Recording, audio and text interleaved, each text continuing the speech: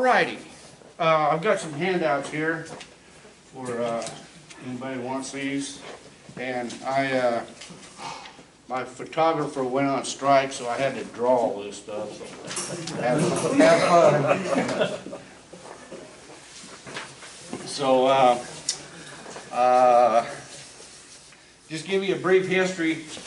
Everybody has something that they like to specialize at, like Dwayne does the segmented bowls and all this stuff, but I got hooked on making these flowers and vases and stuff, so they're pretty easy to make, they're fun to make, and you can make them any size you want. Make these larger ones, and this is the size I'm going to be doing tonight. And then I can make them like that with the flowers. And then these others, pass these around if you want there. Like this one here at the home show when we turn the tops, and they got a little bit of stem left, and when you cut the top off, I make a little flower and a little vase out of that, so it's kind of fun to make. So yeah, I got started. I got a piece of wood. This is box elder, and it was too big to try to make a lidded box out of, and it was, anyway. So I thought I'd make a vase, and it was getting close to my wife's birthday, and I thought, well, I'll make a flower vase and go to Hobby Lobby and put some flowers in it or something. And then I got to thinking, I've seen going through YouTube, all the wood turning, I've seen guys making different flowers. So I started looking, and this is my very first flowers I ever made. I had to make about 8 of them to get one that I could call a flower. And thanks to a couple friends back there, I developed kind of fine-tuned it and makes it a little nicer. So, but anyway, so now then, okay, now I'm going to start my demonstration. You want to kind of pay attention. Well, you want to start out with a block of wood. It doesn't have to be 2 inches, but the way I do it, in order to get a good tenon where I can hold it in my jaws, I need about 2 inches so I can make. But I have made them just, with a round piece in my jaw, and so. But you want to kind of orient the grain direction, and that's what I like about this one here. It really shows up. You want to have the wide end of the grain toward the butt end of your base, so that it'll flow up like that. So on this particular one, you can kind of see where the grain goes up like that. So I want this at my butt end. So okay, let me get it marked. So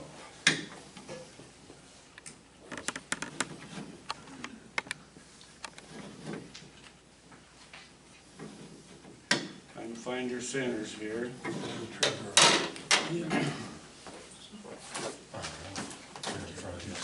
There's one there's the tree growth. You can see the growth on the edge there.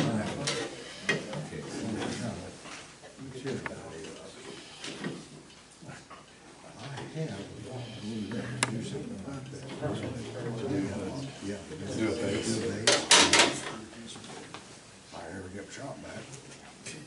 That's pretty good. You can see the green patterns on it. So now, this is going to be my butt end, so I want it toward the tailstock, because that's the one I'm going to turn my tenon on, and then when I get ready to make the vase, I'll turn it around like that, and this will be the butt end here, and this will be the flare end. So, and I start out doing these between centers.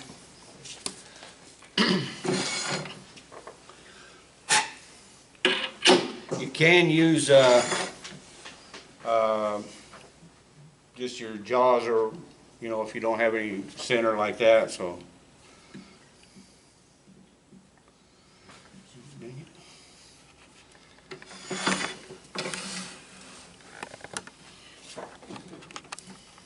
Oops.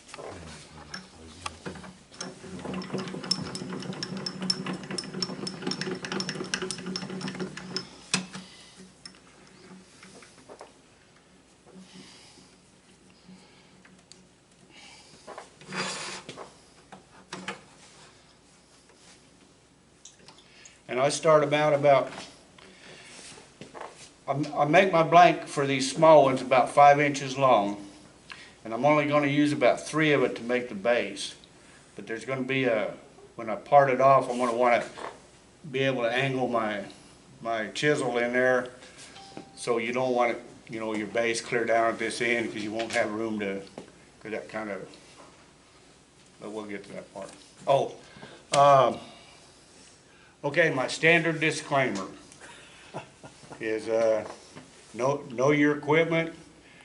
Use sharp tools and eye protection, breathing protection, whatever protection you want to use, and you know, safety's the important thing. And the first rule of any kind of woodworking or wood turning or anything is you don't want to get any blood on the wood, because it doesn't sand out. So,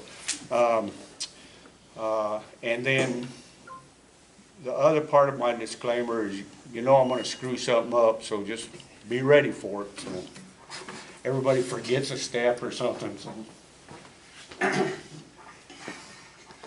But anyway, we'll start out rounding this out.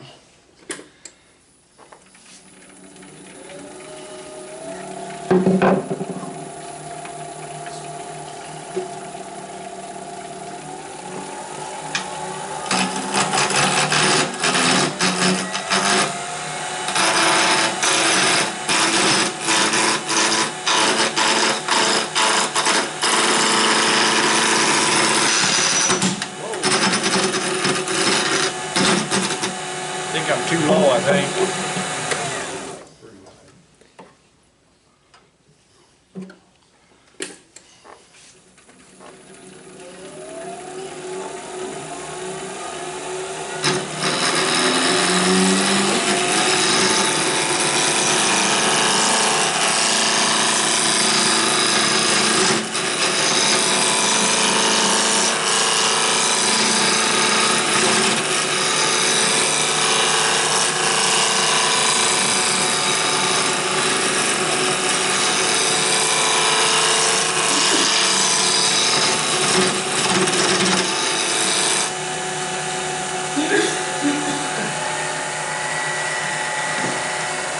Part of my problem right there.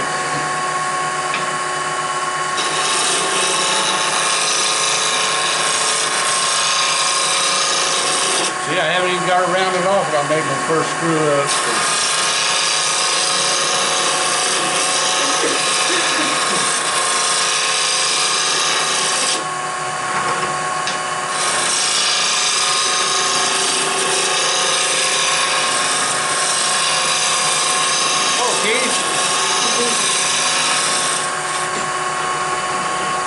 That's pretty good.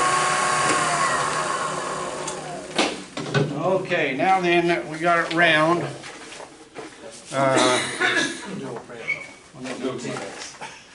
Yeah, you're a little off.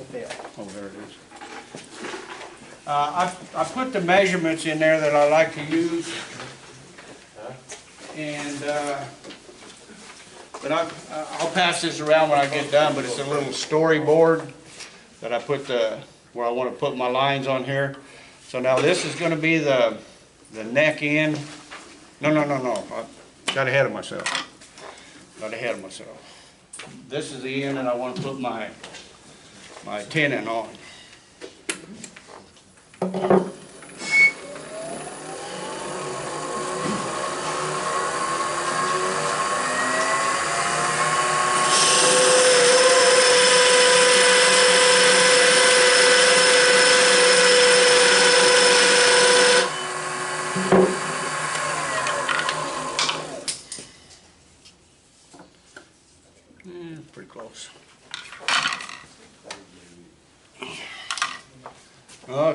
now then,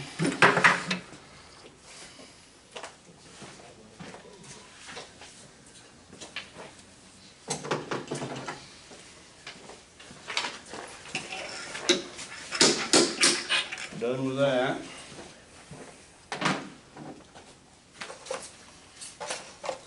Any questions so far? And that was that a safety drive? Do what? Oh, yeah, here. Well, I've got one, and I just, Here, go ahead and pass that around if you want to. I use that one. Why don't you tell them how to figure out how big to make your tenon? Oh, okay, well, let me get my chuck.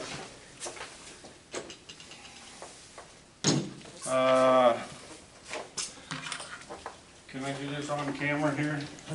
Yep, hold it right, move your tool rest and do it right there. Yeah. Okay, I've got this calipers here, and then I'm doing a inside tenon, so I want to measure. I measure just a little bit bigger.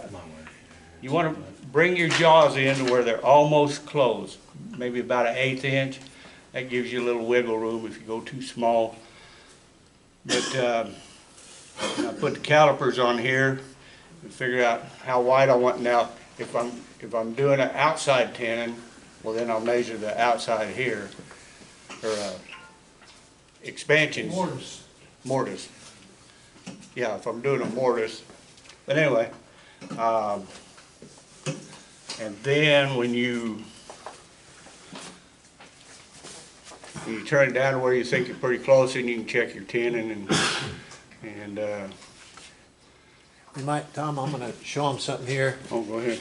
When they make these, that's a perfect circle, and then they cut it twice. So it's, the closer you can get it to completely close, the better the grip will be. So if you have this expanded way out, it won't have the gripping power that it Yeah, will 'cause it'll just in hit tight. on the points, yeah. That's right. So anyway, so now we'll go to the four jaw chuck.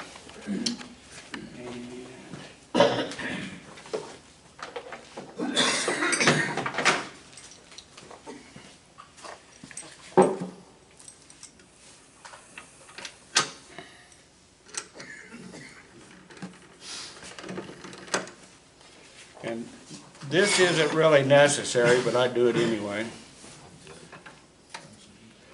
Make sure it's centered there before I tighten it down. And make sure it's good and tight. So,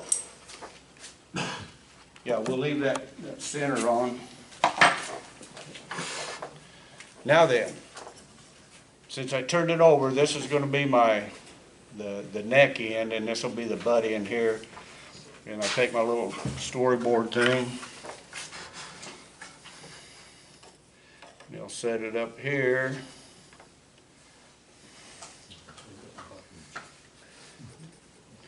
And this, After you trace that out, you might pass that storyboard around. yeah, I to will. them so they can Yeah, I will. see what he's doing.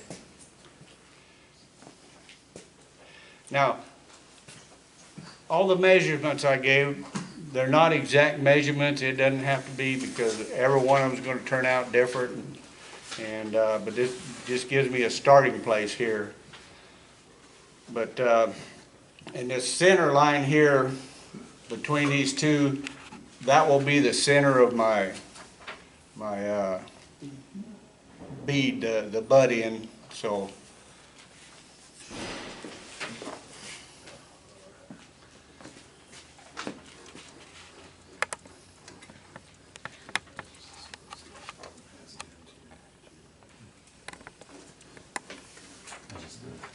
Now this area here is going to be the neck. This is going to be the flare. This area here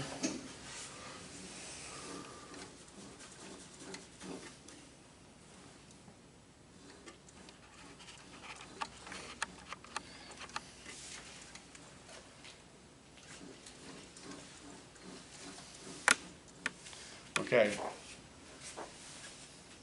This area in here is going to be my base. This is gonna be my bead, this will be my neck area, and this will be my flare. So that's, Is your storyboard, is that made out of a piece of flooring? do what? Is that a piece of flooring? Yeah.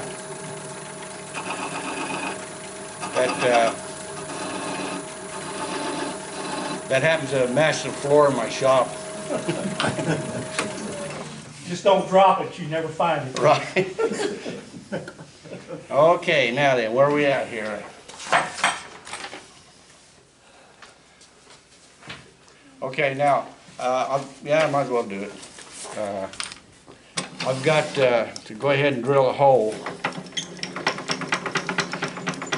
A lot of times I'll go ahead and get it just about half formed anyway before I drill a hole. It doesn't really matter when you drill it as long as you do before you part it off.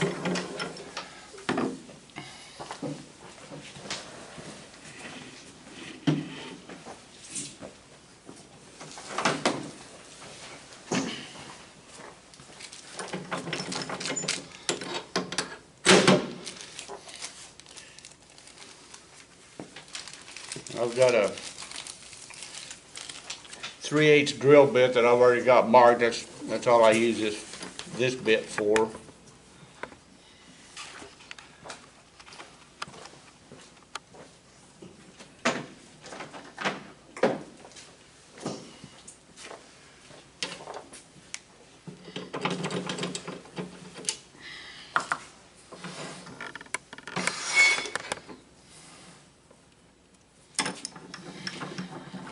And it's about, and like I say, these measurements don't have to be exact, but it's about 1.5 inches.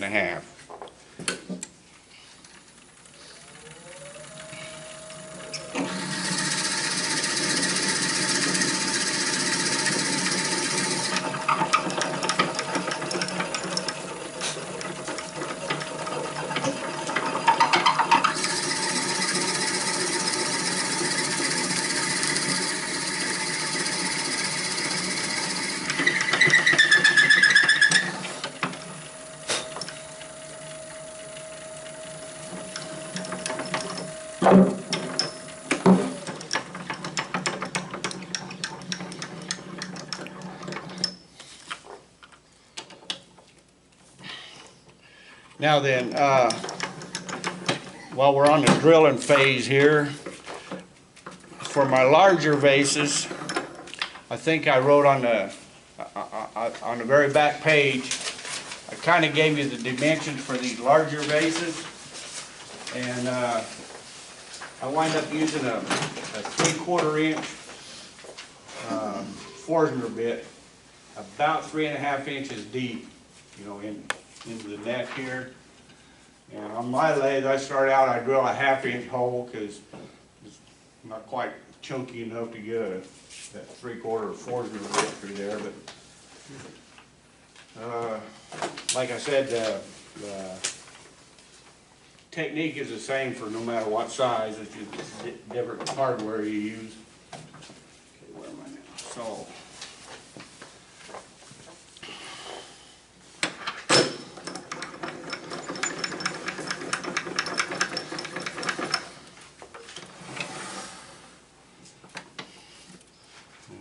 Yeah, I guess pretty good rule of wood turning is you want to stay between centers as much as you can for.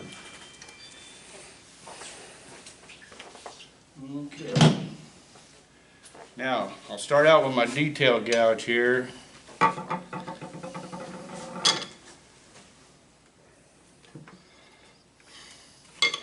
And I'll start forming I guess I'll call it the butt end of and like I said, this line right here is the top of the base, so this will be your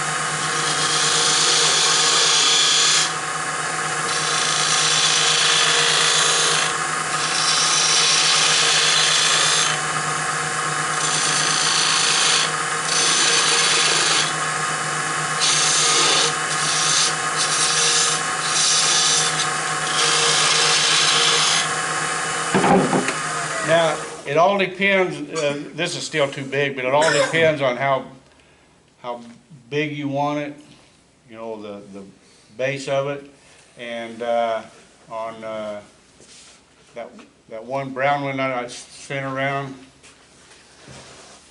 yeah, that one there, if you go ahead and bring it back around, I knocked a big old chunk out. It was real soft wood.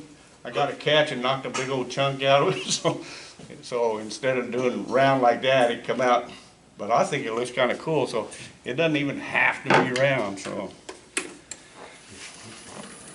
But you just kind of keep playing with it till you get about the size you look pretty good.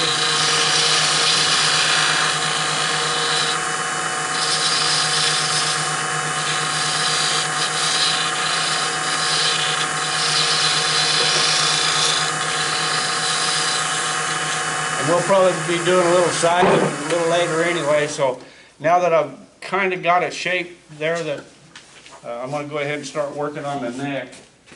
And on these little ones, for that I use a round nose scraper.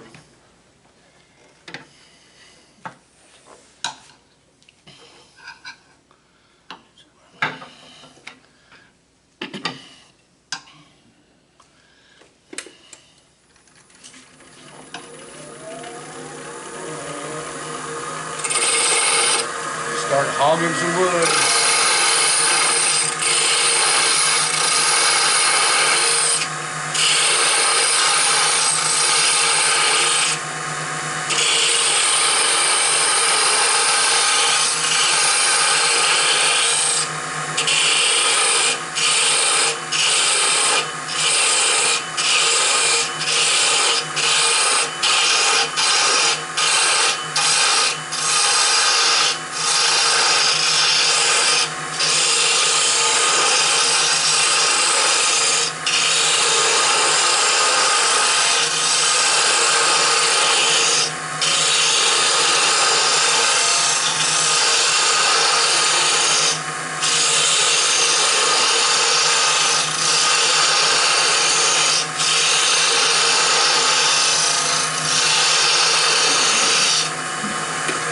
Now when you're doing this neck, you want to keep in mind you've got that 3/8 hole drilled to about in here, so you don't want to get too thin.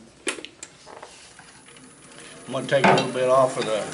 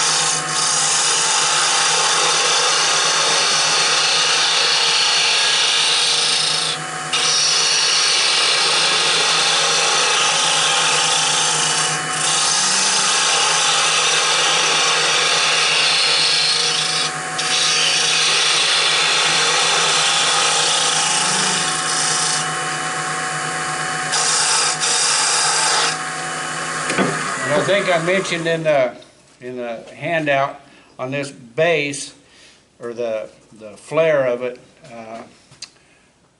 I made some of the larger ones, and I got a little bit too small. I didn't really have much of a flare on it, and it kind of looked like a milk bottle.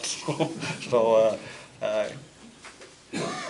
you want the flare smaller than the base, but it doesn't have to be tiny. So, and it's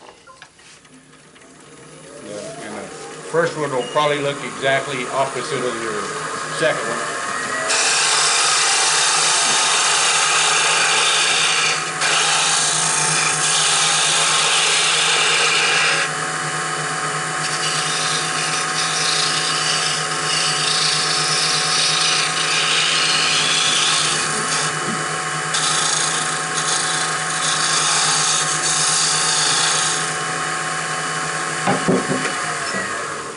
Okay, now I think we're getting down to about think I might make that a little bit. No, that's not bad. What do you think? Think that's a pretty good shape there?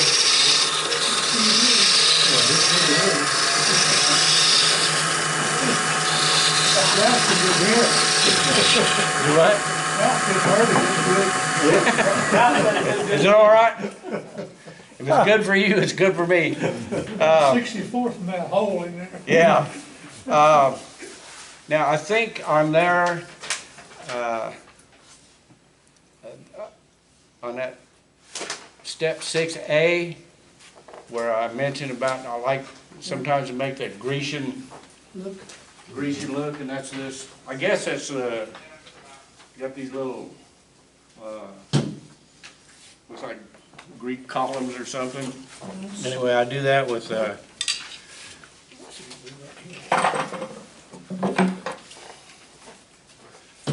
I'll do that with my detail. And sometimes I'll do a little finessing on that flare with a detail gouge anyway, but the way I do that is you want to find just on the top of your butt end and just underneath the flare,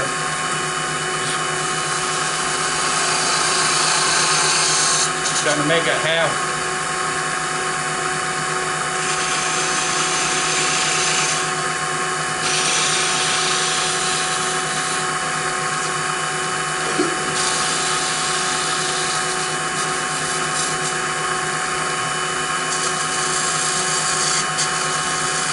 That kind of gives you that Grecian look.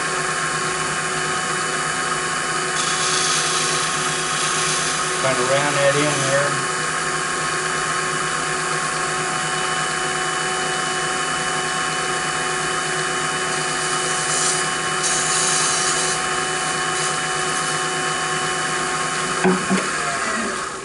Now I'm going to do a little bit more on the neck, but I try to make the top end of the neck a little bit smaller than the bottom end, because you kind of get that flare up instead of straight up like that. So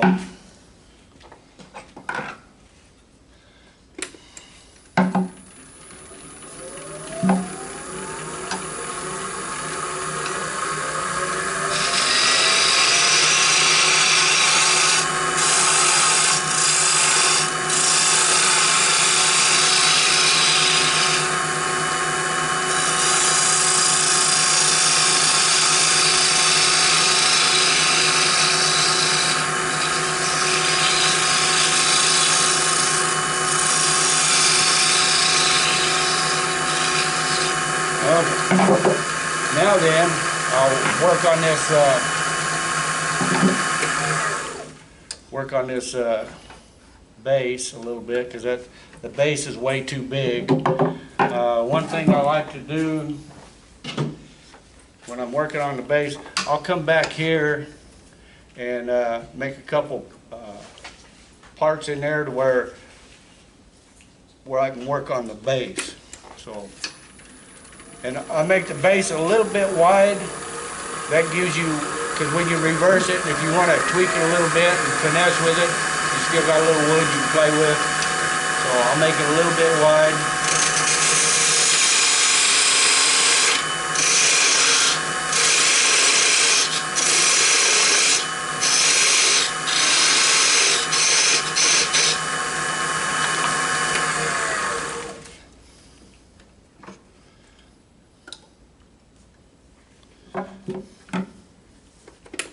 Thanks.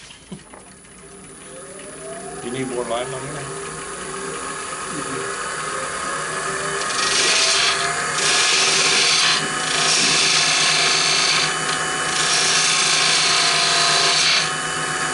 And then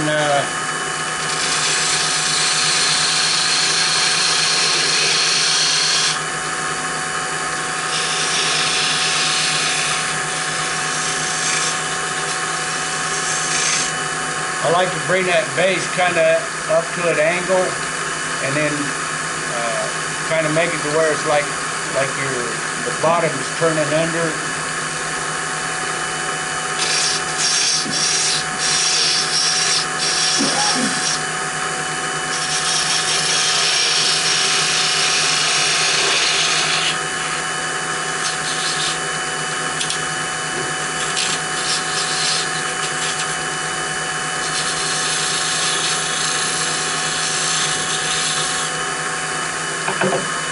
Now then, I'll take my parting tool and I'm going to start out, I want to flatten that bottom of that base here. That's why I leave a little extra.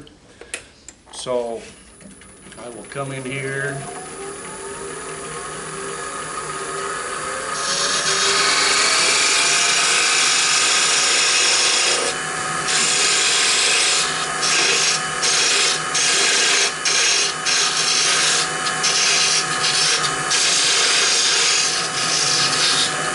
All right, before I get too far, I'm going to start with the sanding process. Oh, I got to make the flare here too, so.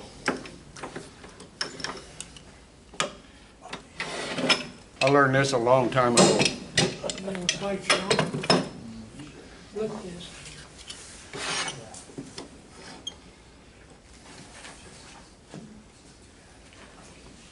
Get my light back out of the way here. Oh, okay. There's a few ways you can do this. You can start out with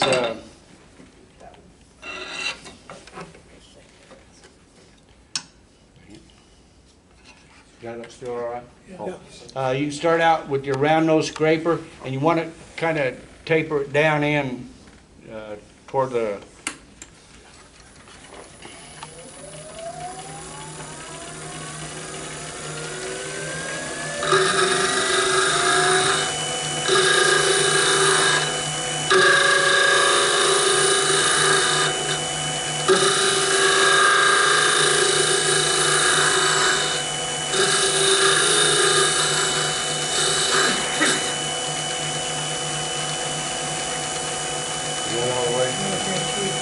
do what? That's not as good. How about like that?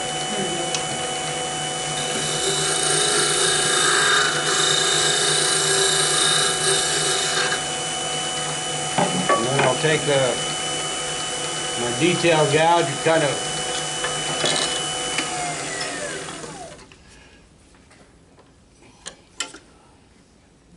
kind of flare it down in there a little bit more.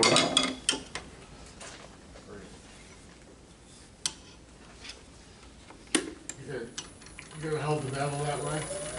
Do what? That's the way you do that?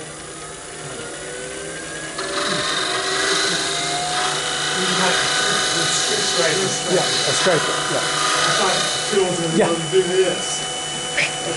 Oh, I'll be quiet. oh, you thinking I was going in like that? Oh, I'll be quiet. Here's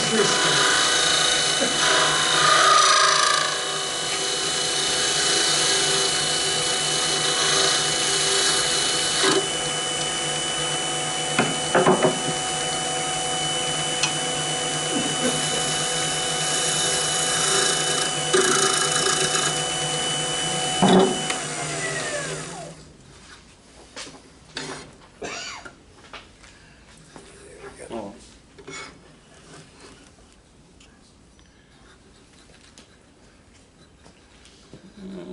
Okay, what do you think? You like that shape? No, I don't like it. Why You don't don't- you just throw it away and start over? All right, I can do that. How much time we got? Put a little butter. I want you to haul the whole thing out, 1/8 of an inch thick. I'll bring you the tools to do it. Oh, okay. Down here? Yeah. Okay. Here. I'll bring you the tools. Okay. Now the fun part, we get to start the sanding. Oh, I think, You don't roll that little more? do what? You don't roll Here? it? No, on top, on the neck. Could. You roll it. Right on here? the edge, yeah. I could. Do a sandpaper too. What, Shaping paper. shaping paper? I beg your pardon. I do have a little bit of finesse and I gotta do, I see.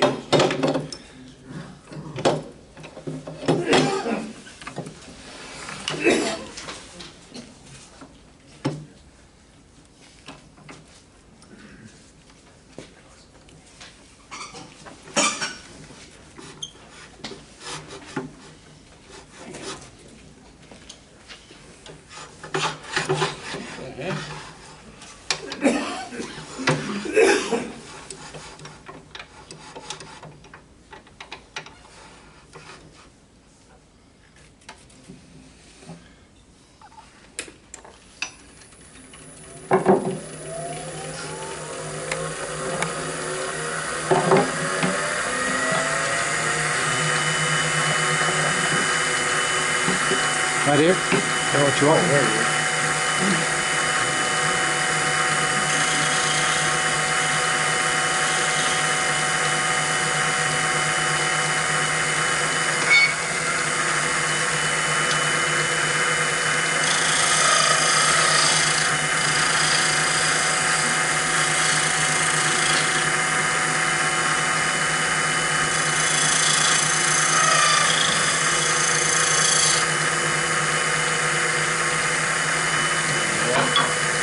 Alrighty.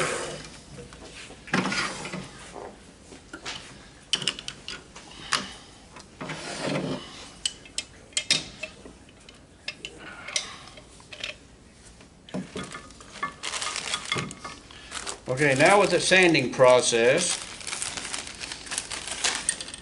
I have found that we can go ahead and sand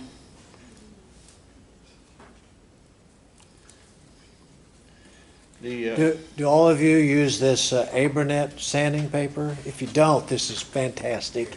Better than just regular sandpaper. Wow, is it good? What's it called? Abranet. Go ahead. Abranet. Go ahead and pass that around. A-B-R-A, Abranet or Abranet.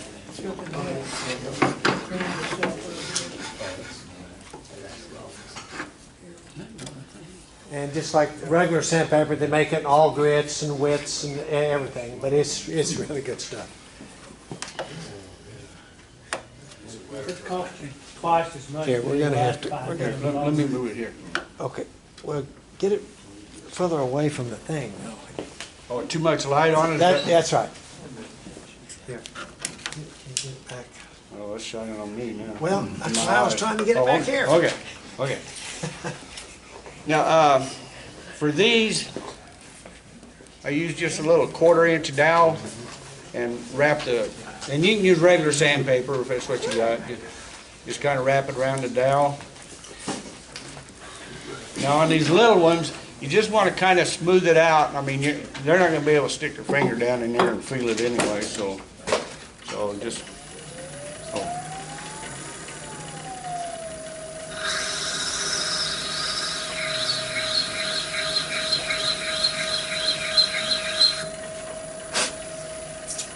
I've got an air gun at home. I started out about 120, and then I think I'll go to probably, I don't know, 220. Obviously, if you had a bigger hole there, don't wrap that paper around your finger and stick it in there. Oh, yeah. That'd be a bad move. Oh, and like I was saying earlier, while you're doing this, you might as well sand the rest of it, because that's going to be the next step anyway, so.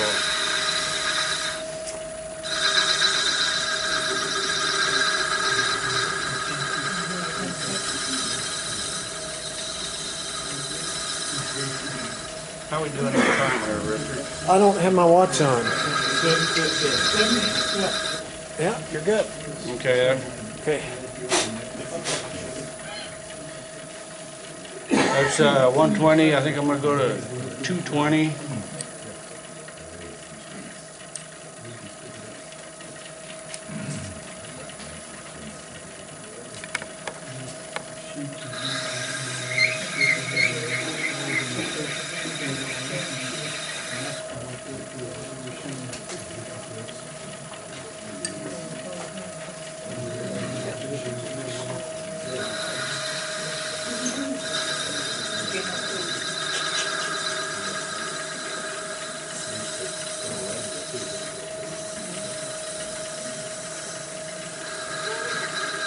Now, when I'm doing this at home, I've got my vacuum, my shop vac hooked up, and I got a nozzle under here that I'm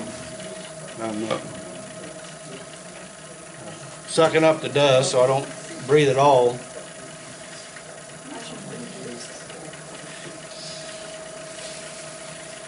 This is 320 now.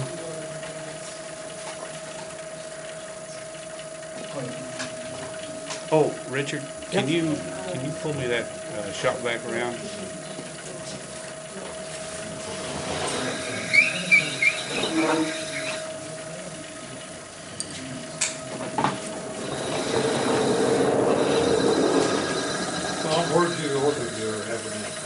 I can get it at Woodcraft or Craft supplies, any Craft place. Supply, any of, just about any of those. Where's the hose? Oh, I bet it's still out in the trailer.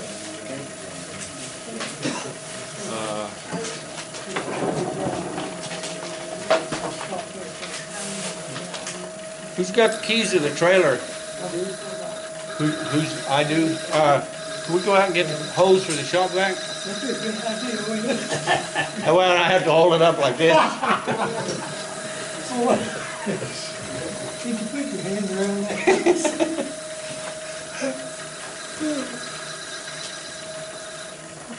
Okay, this is 400 I'm using there. I pretty well got the inside as far. I went up to about 320, and for this, that's plenty. Now on the bigger ones, I'll go down to, you know, clear to 400, because somebody's going to stick their finger down in there. Oh man, that's smooth or rough, whichever the case may be. But I'm going to about 600 on here.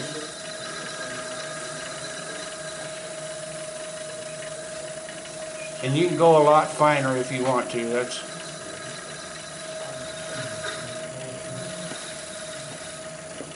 What kind of wood are you using? This is basically curly maple. Okay. This is. And it'll, when I get the polish on there, it's got some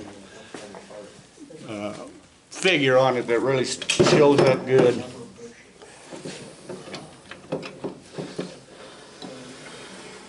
What was I going to do? I do not know.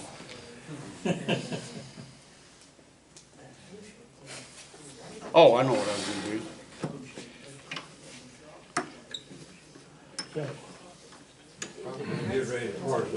Well, not yet, but this this light colored wood, just for a little contrast and a little pizzazz, I'm going to burn some.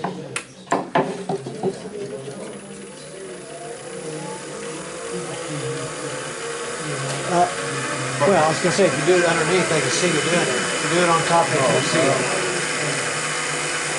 Oh, okay, I got it. There you go.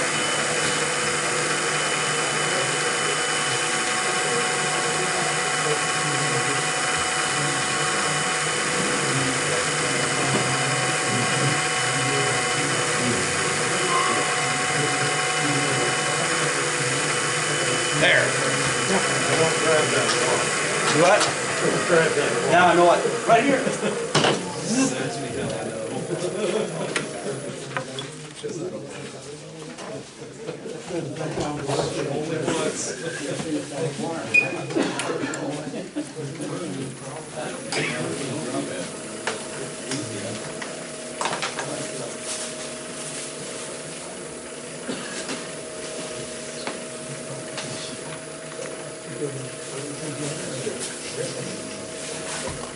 Alrighty.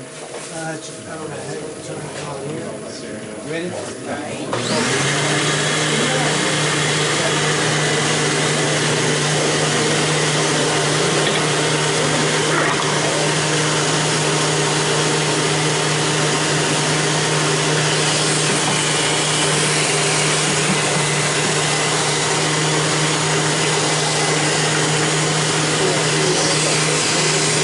I like to clean up as much as I can before I start putting finish on.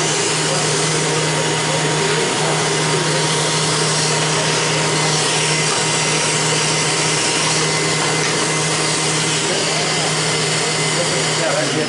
Thank you.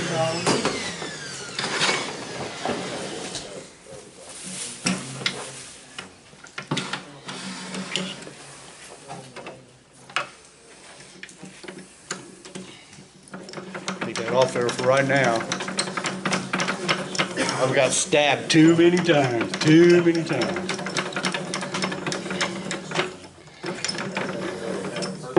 Okay, now we're coming to the finish. You can put any kind of finish you want. I used to do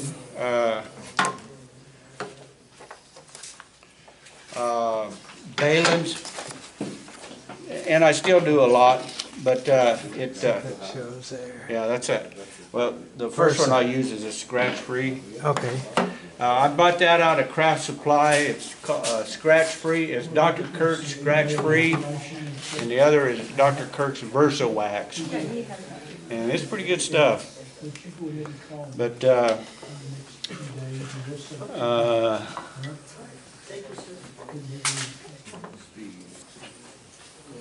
this is kind of the same thing as your sandpaper.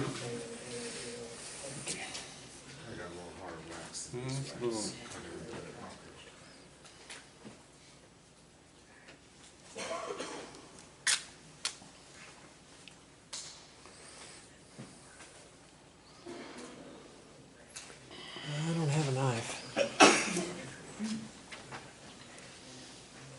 You have a knife? I don't. Cut myself. Mom won't let me play with knives. Where's Superfly? Do I? Where's Superfly? Yeah. Charlie has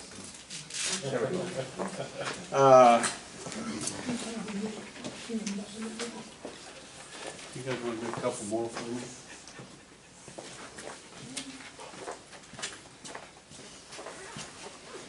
Yeah, if it's gets watered around there too much, you're gonna run into problems.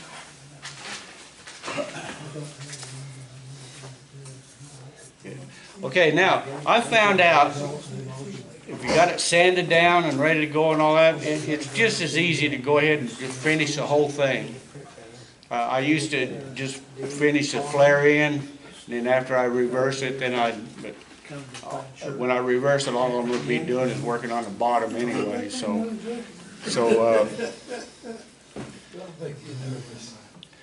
this is a scratch-free. Put a little bit on your cloth there.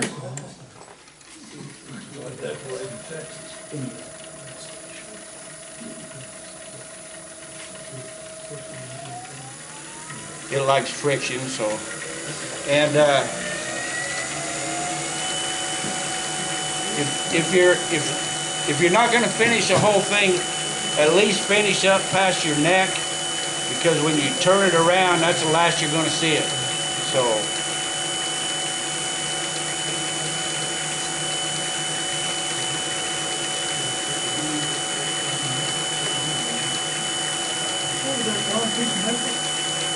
Yes.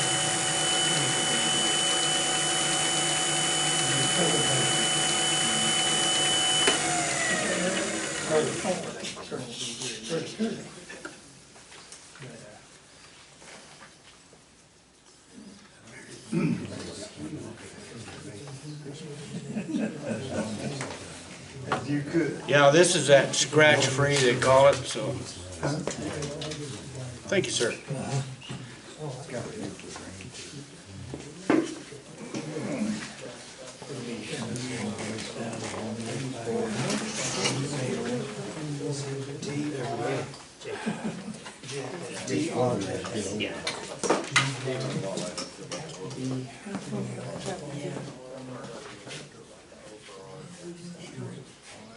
I apologize for that, but I need to be able to watch it, so.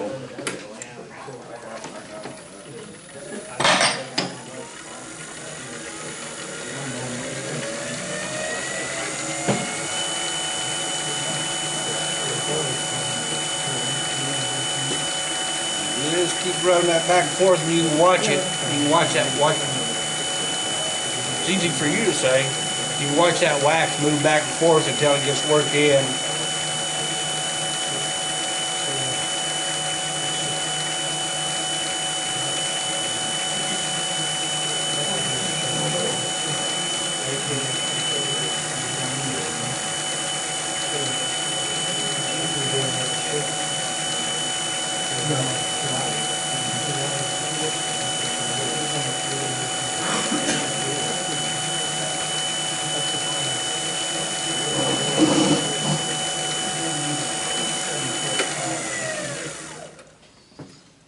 Yeah, you can see that grain. Okay, that's the scratch-free. And then same thing with the Vase wax. Now, I also started using, it's an Australian, it's E-Butte, they call it, it's a triple E. It's a triple E, and then their polishing compound, and I use that on my bigger ones, and it works real nice too. You just put that straight on the wood? Kangaroo milk? Yes, yes, straight on the wood. It's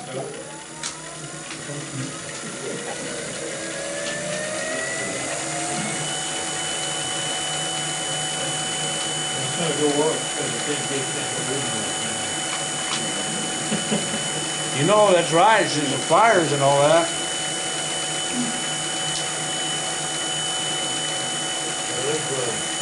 Finally got the fires out, thanks to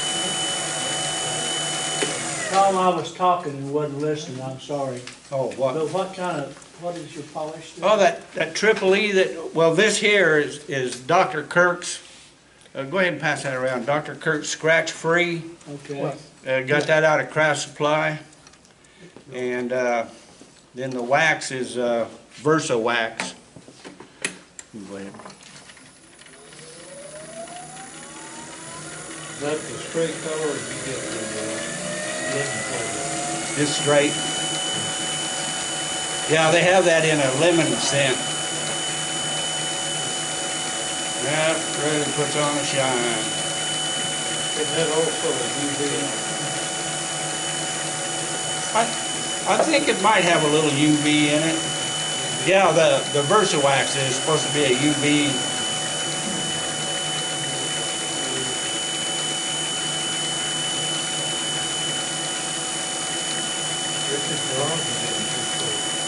I know. Well, I can't read on it, can't tell.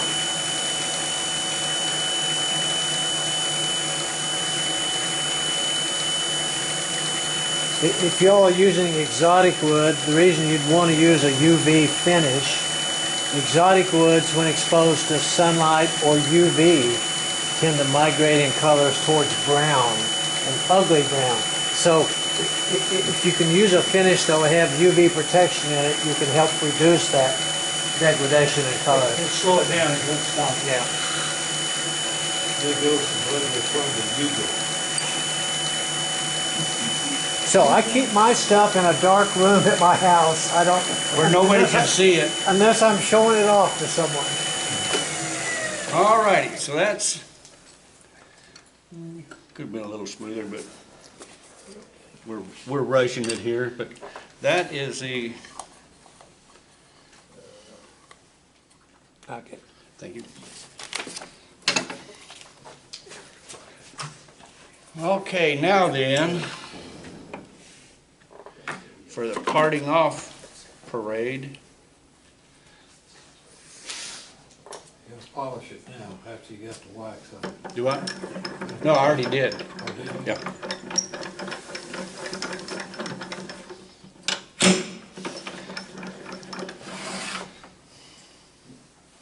I've got that mesh that I use in here while I'm parting it off, just for a little protection. See his angle of view.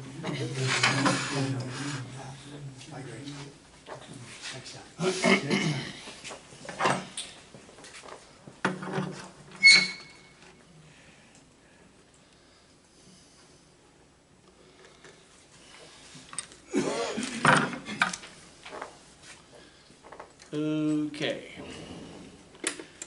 Now this is why I have it extra long, because I'm going to be going in here at this angle here in a little bit.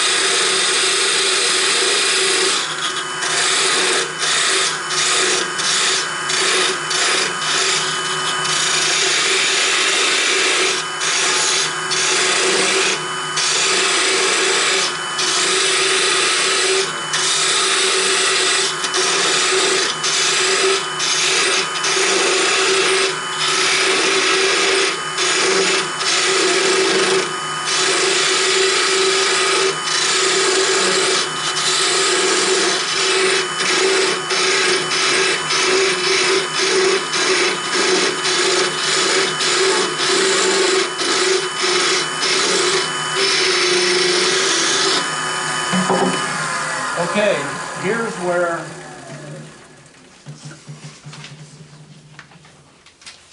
I think on the part,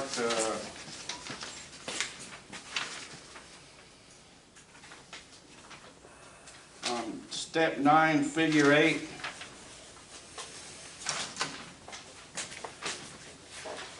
you don't want this flat on the bottom. You want kind of a concave like that, and I wrote in there somewhere on the very edge, maybe a 1/4 inch or so, you want it flat. But, so what I do, I don't know if it's the right way or not. You know how it is with wood turners, you talk to 100 different guys and they'll show you 100 different ways to do it. But I will start out about a 1/4 inch away from this outside edge. Can you, Well, are you seeing that any? No, I'd have to get a Can you different. move this around over here? Maybe our, Because this is kind of the, well, our tripod is broken is the problem. well,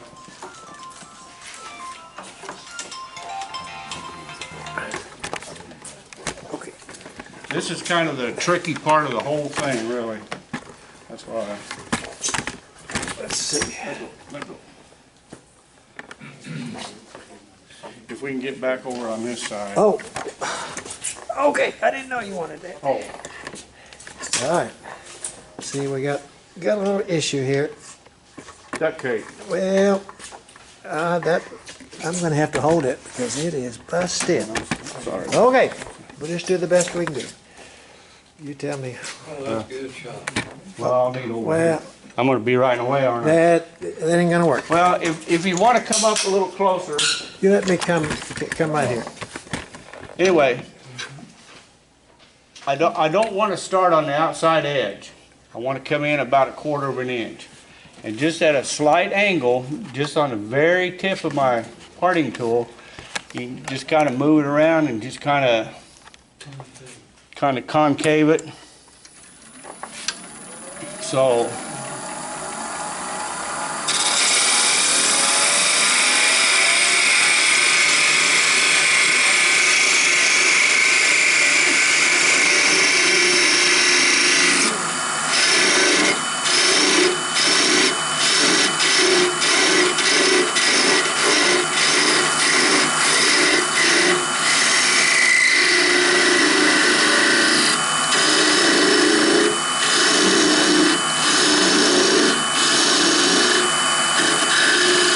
this is the way I do the underside of my spinning tops too.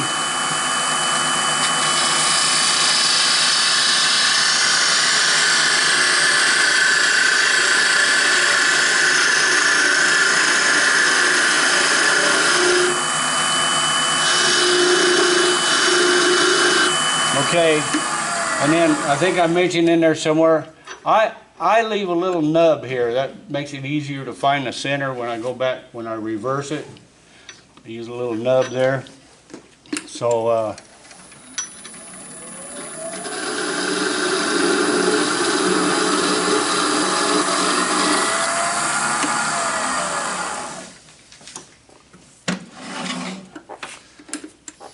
sorry about getting my hand in the way, but.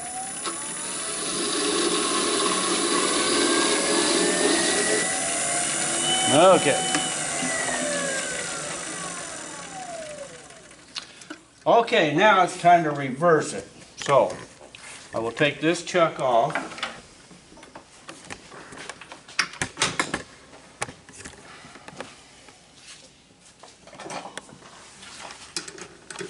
Am I boring you?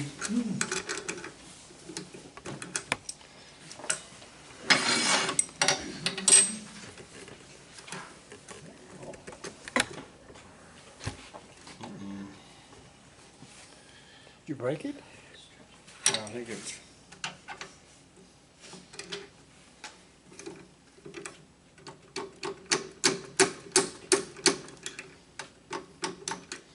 Do we have any of those wrenches in here? I don't know. Don't know. Probably.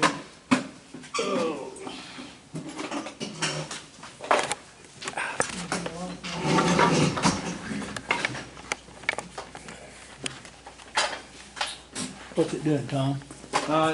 It's trying to, it's trying to catch on a spindle lock, it's not. They're trying to override the spindle lock. Well,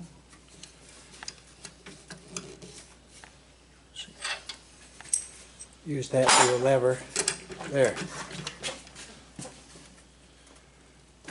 There. Good job, Tom.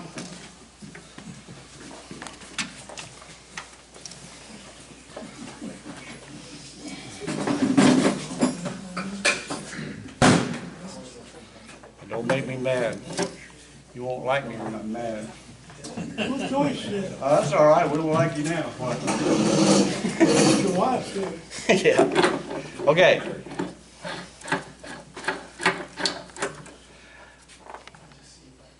This is, I bought one of those little nylon washers Yeah. on my lathe, and that will eliminate that. It won't let it get too tight. Yeah, I have to have that on mine. So, Is that a beginner's chuck? yeah, kids chuck, Is that the one you cut your teeth with? yeah. That, I'll tell you what, I love that chuck. That's perfect for doing spinning tops, because you don't have to worry about banging your knuckles so you can use a bolt or a piece of rod or something to, because I'm going to reverse, or you can use a 3/8 dowel or whatever. At first I tried dowels, but you get a little flex in there, and so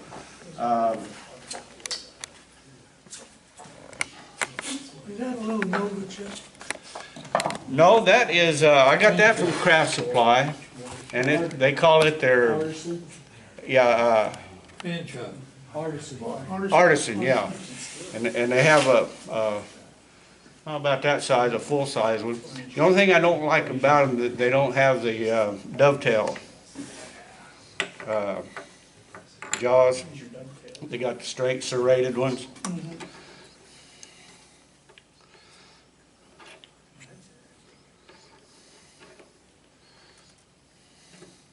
So I used a 3/8 drill bit, and then after I sanded it, made it too big. So then just get a little bit of masking tape, maybe.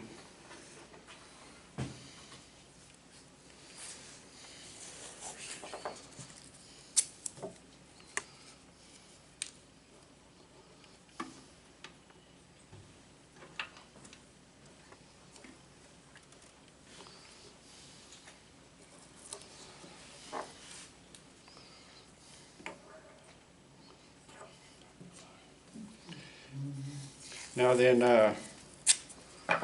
like I said on the handout,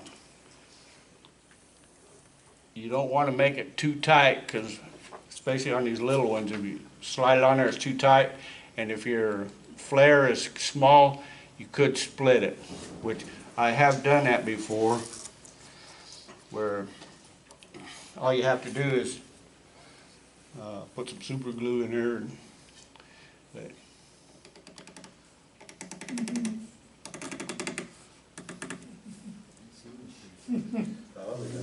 Okay. perfect.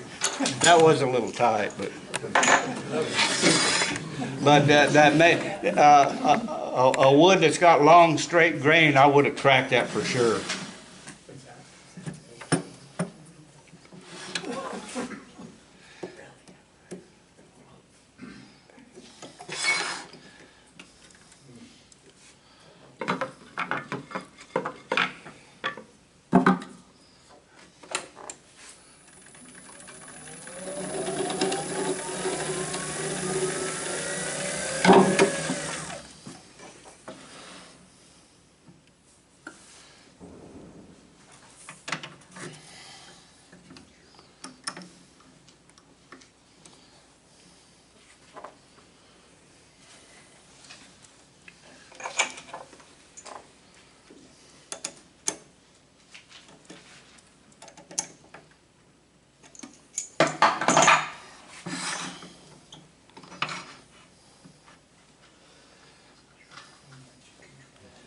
it's in pretty good shape already. Sometimes you get kind of grooves in there and you gotta cut them out, so, what do I need?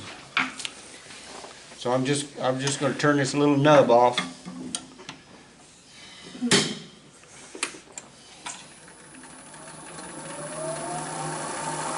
It's a little bit out of true, but it's not bad.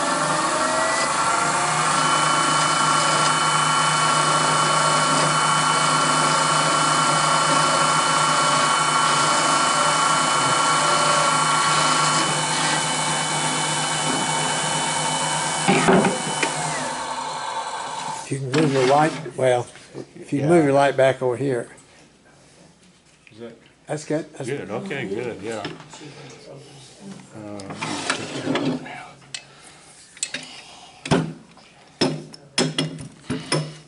Watch that. So now we just need to clean up the bottom a little bit.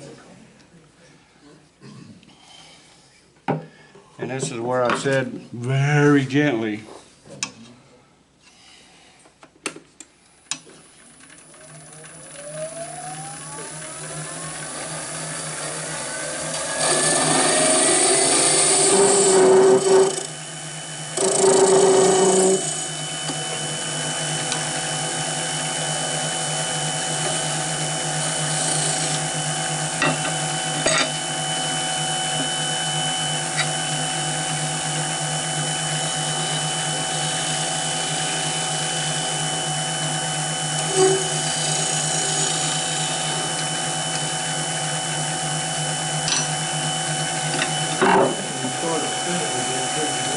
Do what?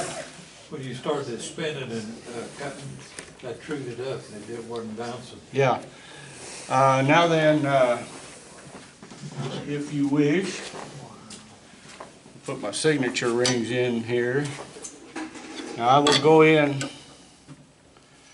I use a long point and a little bit below center and tilt it down a little bit, because if you come in straight or up, it's gonna, so you want to come in just under center and hold it down a little bit. So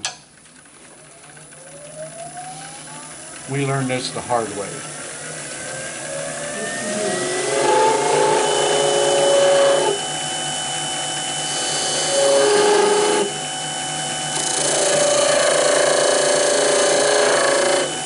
As far as 90 degrees that way, Do what? 90 degrees. I just hold it flat. he means vertically. Do what? Have you ever done it that way? I have, yes, but I get sometimes. Or it's running on you? Yeah, You gotta eat straight. yeah. But I just started. So now then, all we need to do now is sand and finish the bottom. 600.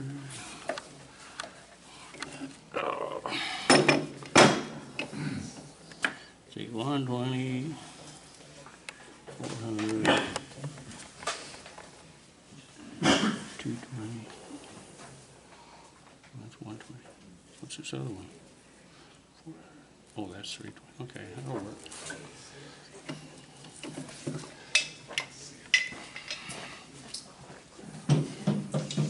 Any questions so far?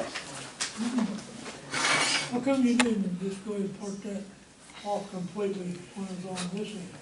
Now do what? Instead of reversing it, how come you just didn't go ahead and part that on out, off of there? Oh, because he wanted to put The nubbin? The little nubbin, you Yeah, mean? You wanted to put the deals on it too. didn't you? Yeah, and that, I leave that little nubbin on there so I know where center's at. Yeah, So, it's good to put your rings on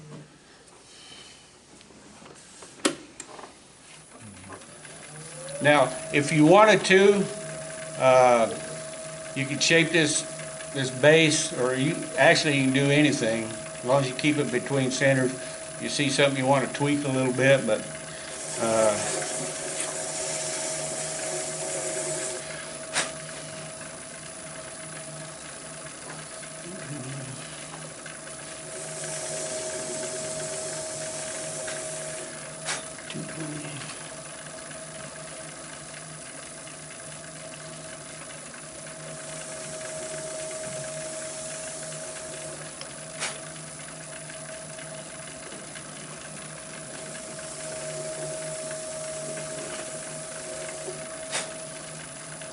my air gun. Yeah.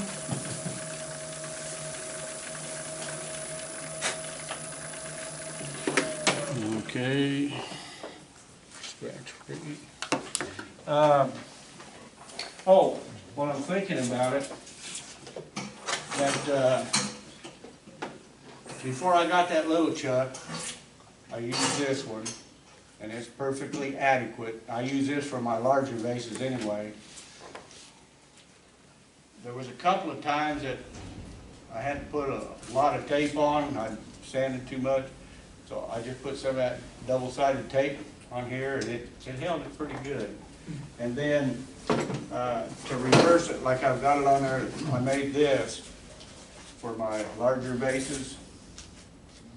And that, I just drilled down, about that far with a 3/4 Forger bit and glued in this 3/4 dowel. And I've got a mark on here, I line it up on number 1 on my jaws all the time, so. And it's fairly true, it's not bad, but get down to a small one like that, a wooden dowel will work like that. So.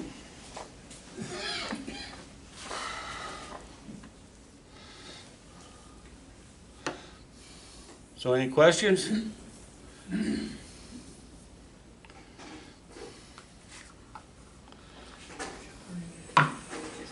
So Tom, have you got that I'm wax not- finish on most of those vases? Do what? You use that polishing Uh, wax on most of them? Actually, no. I have used it on some, but, like on the bigger ones, I've been using that stuff that you gave me, that U-Butte, that Australian Triple E. Yeah. And that stuff works pretty good. And but I found out on that Australian, that Triple E, they said don't just put it on the bare wood. Don't put it on balings and all that, or it asks. You do it though. Yeah.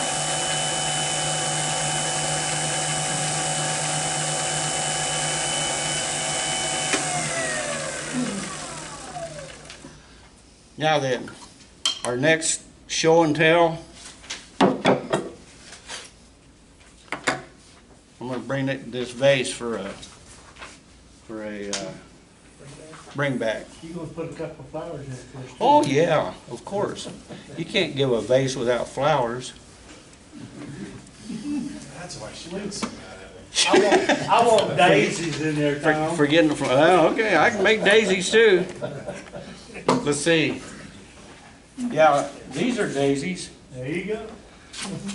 These are roses. These Yeah, are right. gladiolas. Yeah, right. You can blanket flowers. Yeah, that's what I try to mock them after or whatever. And the other one's carnation. Carnation, yeah.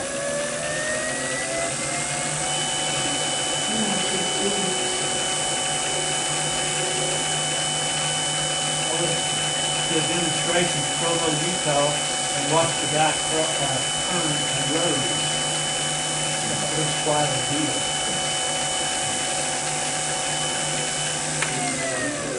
Huh? Could you use a skew chisel? No.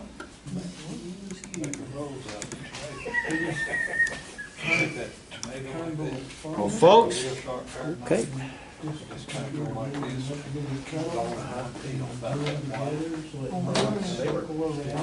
Put that right here in front of the camera, and then I'm gonna turn this off here in a minute.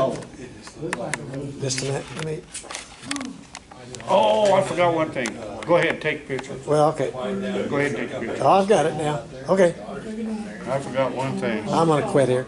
Okay.